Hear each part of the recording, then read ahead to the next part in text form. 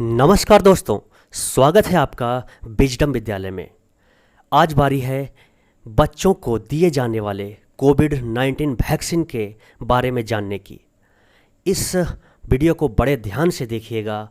इस 5 से 6 मिनट के वीडियो को देख लेने के बाद आपको बच्चों के कोरोना वैक्सीन के बारे में सारी जानकारी मिल जाएगी।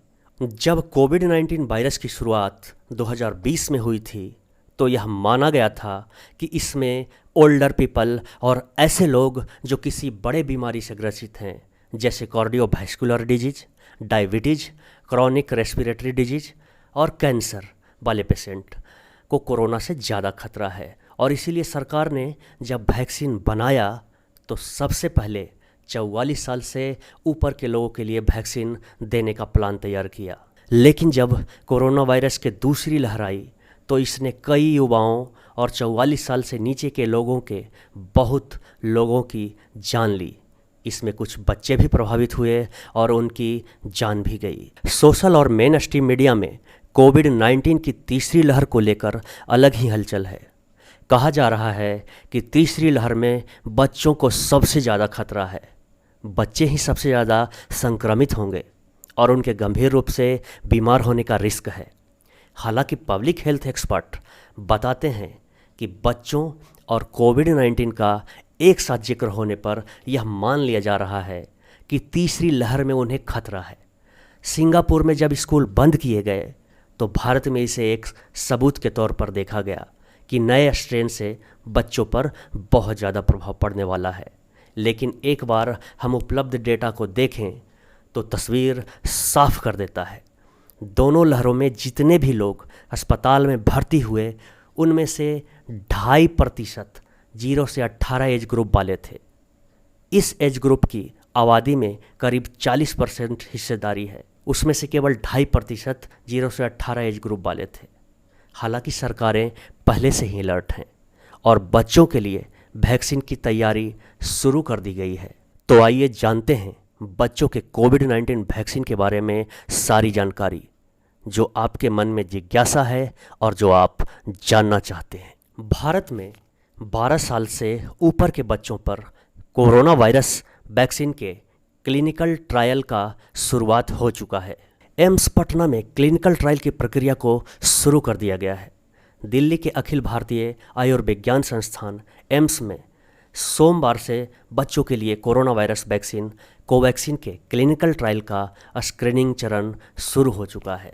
इसके साथ ही भारत में अब तक कुल 25 बच्चों को वैक्सीन दी गई है और उनकी सेहत पर नज़र रखी जा रही है। अब सवाल उठता है कि किस कंपनी के वैक्सीन का बच्चों पर ट्रायल किया जा रहा है। नीति आयोग से जुड़े डॉक्टर बीके पाल ने बताया है कि कोवैक्सीन के साथ साथ जाइडस नाम की वैक्सीन का भी बच्चों पर परीक्षण किया जा रहा है।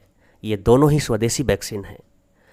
फाइजर और मॉडर्ना जैसी कंपनियां भी बच्चों पर अपने ट्रायल पूरी कर चुकी हैं।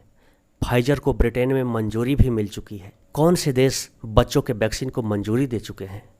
अमेरिका, कनाडा, ब्रिटेन, सिंगापुर और संयुक्त अरब अमीरात जैसे देश अपने यहाँ बच्चों की वैक्सीन को मंजूरी दे चुके हैं।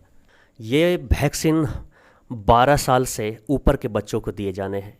चीन में तो वैक्सीन कोरोना वैक को 3 साल से ज़्यादा उम्र के बच्चों के लिए मंजूरी दी जा चुकी है। फाइजर ने भी 2 साल से 11 साल के बच्चों के लिए वैक्सीन ट्रायल शुरू करने का सितंबर में प्लान बनाया है। अब सवाल उठता है कि क्या बच्चों की वैक्सीन बड़ों की वैक्सीन से अलग होगी?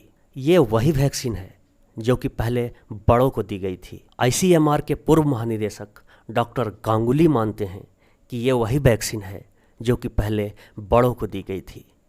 वैक्सीन सबसे पहले 18 साल से ज़्यादा उम्र वाले लोगों को दी जाती है, फिर उसे भी उम्र वर्ग के लिहाज से बांट लिया जाता है क्योंकि ज़्यादा उम्र के लोगों में रोग प्रतिरोधक क्षमता ज़्यादा नहीं होती है। इसके बाद जब वैक्सीन की सेफ्टी और असरदार होने का डेटा आ जाता है तब इसे अति संवेदनशील आबादी जैसे कि गर्भवती महिलाओं और बच्चों को दिया जाता है। बच्चों में भी पहले किशोरों जो कि 12 से 17 ईयर्स को वैक्सीन दी जाती है और उसके बाद छोटे बच्चों को वैक्सीन दी जाती है। 2 साल से कम उम्र के बच्चों को समान रूप से वैक्सीन नहीं देते हैं, क्योंकि ये उन्हें प्लेसेंटा और माँ के दूध से मिल जाती है। वैक्सीन के क्लिनिकल ट्रायल के लिए बच्चों का चयन कैसे होता है? इस प्रक्रिया के तहत स्वस्थ वॉलंटियर स्वयं वैक्सीन लेने के लिए राजी होने वाले बच्चों को लेना होता है। पटना एम्स के डॉक्टरों ने तो आगे बढ़कर अपने बच्चों के ऊपर वैक्सीन के क्लिनिकल ट्रायल करवाने के लिए रजिस्ट्रेशन करवाया है। अब सवाल उठता है कि ट्रायल कब तक पूरे हो जाएंगे और वैक्सीन कब तक आ जाएगी? क्लिनिकल ट्रायल के नतीजे आने में अभी कुछ महीनों का समय लग सकता है। अभी 6 से 9 महीने तक इन बच्चों को फॉलोअप लिया जाएगा।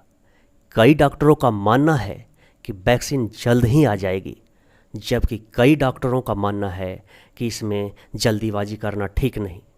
वैसे साल के अंत तक वैक्सीन आने की संभावना है। दोस्तों, ये जानकारी कैसी लगी कमेंट करके ज़रूर बताइएगा। मिलते हैं नई जानकारी के साथ नए वीडियो में। तब तक के लिए नमस्कार, जय हिंद।